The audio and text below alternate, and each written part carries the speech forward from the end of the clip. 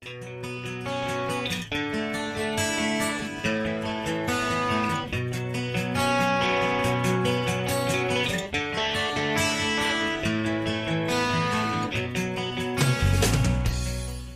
all, in this video I am going to give a quick notes on Andhra Pradesh Excise Act 1968, which will be definitely useful for cracking junior civil judges prelims and mains exam, and also useful for the district judges exam. So please watch the video completely. Let's get started. Before moving into the video, I need to say a word that I made these notes based on the previous junior civil judges prelims and mains exam question papers. So carefully watch the video completely, and it will be definitely useful for JCJ aspirants and also of course for the law students. Section 2 is all about definitions. In this act, under Section 2, we have around 32 subsections. So, junior civil judges aspirants should keep in mind that examiner may ask you directly section indexes or section provisions. For example, he may ask you that what is the section of arak, bar or denatured etc., or he may ask you that what is toddy or wash or beer, like that. So you have to keep in mind both the section numbers and provisions. Section 2 of subsection 1 is arak. So what is arak? Arak is nothing but all the liquor which is manufactured in India, and it should not be foreign liquor and Indian made foreign liquor. Section 2 1A is bar.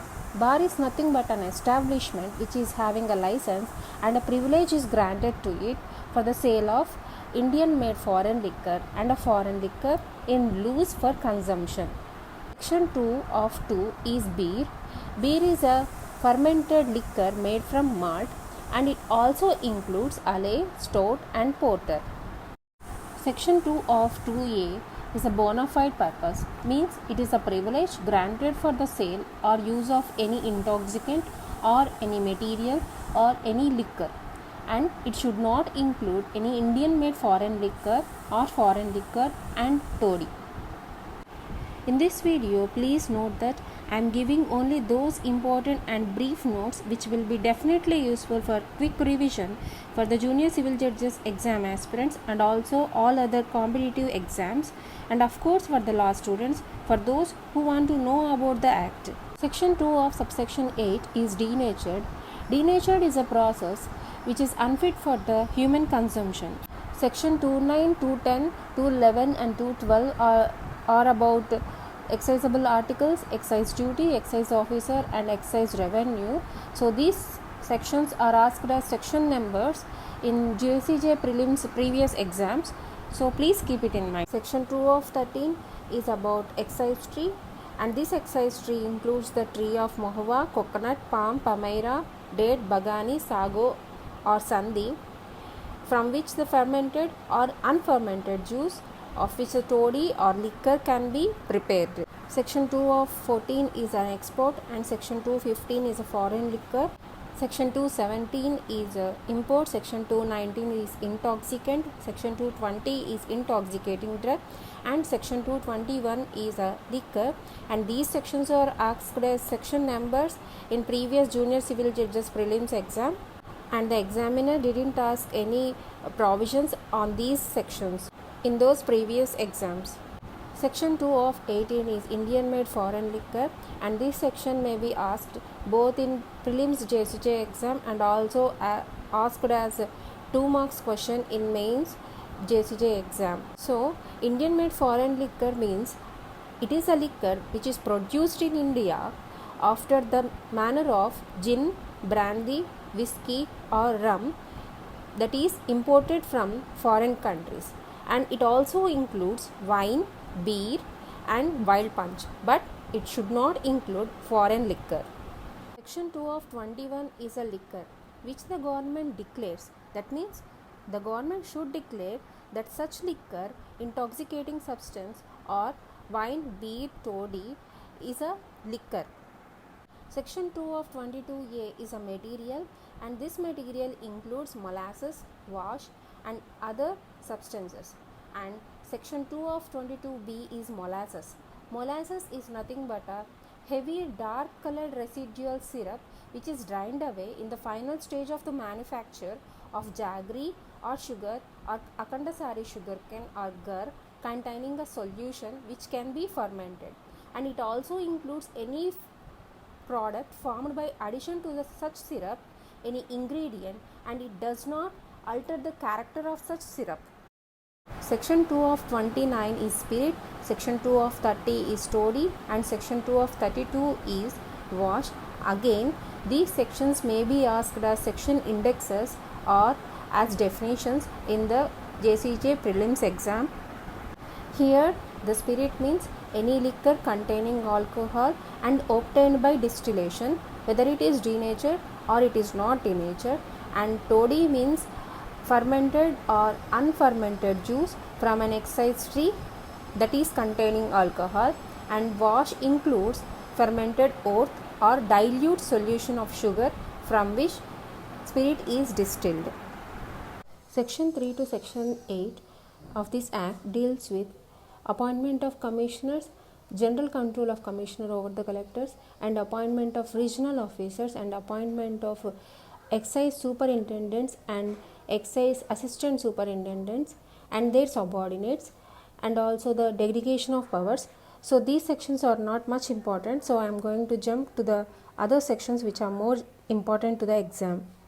Section 9 deals with the import of intoxicant, and section 10 deals with the export of intoxicant. For this export and import of intoxicant, the permission should be granted by any officer not less than the rank of excise superintendent on the payment of excise duty or countervailing duty, and such officer who has been given permission also has power to cancel the permit which is issued for the breach of any term of subject to which it was issued.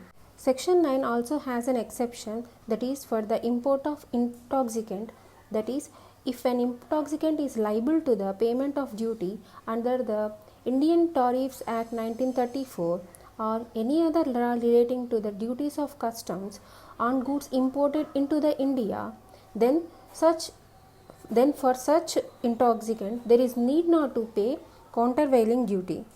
Section 12 is about permit for the transport of intoxicant. Any officer not below the rank of an assistant prohibition and excise superintendent may issue a permit for the transport of intoxicant. Such permit may be either general permit or special permit. Such general permit shall be granted only to a person licensed and specify the amount that should be transported at one time. And such general permit may be granted for a definite periods, and special permit for a specified occasions and particular consignments of intoxicants only. Section 13 deals with manufacturing of excisable articles prohibited except under the license. So, under this section, a person shall only manufacture any intoxicant, cultivate a hemp plant, or tapping a excise tree or construct a distillery only under the authority of an officer not below the rank of an excise superintendent. So, this above provision shall only apply to those distilleries for the manufacturing of spirits for portable purposes only. Such license shall also extend to the servants and other persons who are employed by the licensee. And the government may also specify any areas which shall not be necessary to take out the license for manufacturing of liquor for home consumption of the manufacturer. Section 14 is possession of excisable articles in excess of quantity prescribed. So, here the government specifies the maximum amount of quantity that a person should have in his possession, and such person should not have excess quantity of intoxicant except under the authority of an officer not below the rank of excise superintendent, and such quantity may be different for different descriptions or different kinds of intoxicants. Section 15 is all about sale or buying of excisable articles without license is prohibited. So, for the sale or for buying of any excisable articles, a license should be needed. If the sale or buying of any intoxicant is within the district, then the license shall be granted by the excise superintendent, and if the sale or buying of any intoxicant is in more than one district, then the deputy commissioner shall grant license within his jurisdiction. Then, if a sale or buying of any intoxicant is in an area within the jurisdiction of more than one deputy commissioner, then the license shall be granted by the commissioner. Here there are few exceptions to the section 15. They are: a person having a license to draw toddy from an excise tree may sell such toddy to another person, that is, who has licensed for such sale, and a commissioner shall determine the conditions for the sale or buying of any intoxicant under the excise law. Here under section 15 shall not apply to the sale of any liquor lawfully procured by any person for his private use and sold by him or by his representatives in interest upon his quitting the station or his death. A club or hotel shall supply liquor to its members or customers on payment of a price or any fee or subscriptions only under the license granted by the commissioner. Section 17 is grant of exclusive privilege of manufacture. Under this section, subject to the provisions of section 28, the government may grant lease or license or both to any one person or two or more persons, either jointly or severally, for a fixed period within an area in the state as may be specified, for tapping, drawing toddy, or manufacturing or supplying or selling by shop, or selling or using any intoxicant for bona fide purpose. Such lease or license for any shop may be granted up to 2 years, and a guarantee shall not exercise any of the above privilege except under the authority of commissioner. The commissioner may also permit a licensee to sublet such privilege and grant license to the person who holds the sublease in respect of manufacture of liquor or intoxicant. According to section 19, a person who sells the intoxicant shall not employ the children under the age as prescribed, and also any other persons who is suffering from leprosy or any other contagious diseases with or without remuneration. The district magistrate may ask any licensee where the intoxicant is sold to be closed for such period for the preservation of public peace by giving a written notice according to section 20.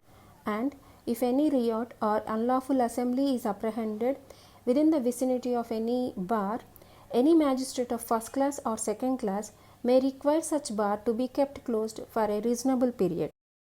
Section 27 speaks that a person shall not cut down or destroy any excise tree without the permission of the collector or any other officer as empowered by the government. Another important section is section 31. Section 31 deals with power to cancel or suspend license, etc. Here, if the holder whose duty to be paid or fees to be paid is not duly paid, or in the event of any breach by the holder or his servants, or if the holder or his servant is convicted of any offence under the Act, or if the holder is convicted of any cognizable and non-bailable offence, and if the condition of license provided such cancellation is at will, then the authority granting license may cancel it after giving an opportunity to the holder of making his representation against the actions proposed. In such cases, the license holder shall not be entitled to any compensation for its cancellation. Section 32 is about power to withdraw license. Whenever the authority considers such license should be withdrawn, then the authority shall give a prior notice of not less than 30 days of its intention to do so, and if such license is withdrawn, then the license fees appropriate to the unexpired term of the license and the deposit should be refunded to him. Section 33 is surrender of license.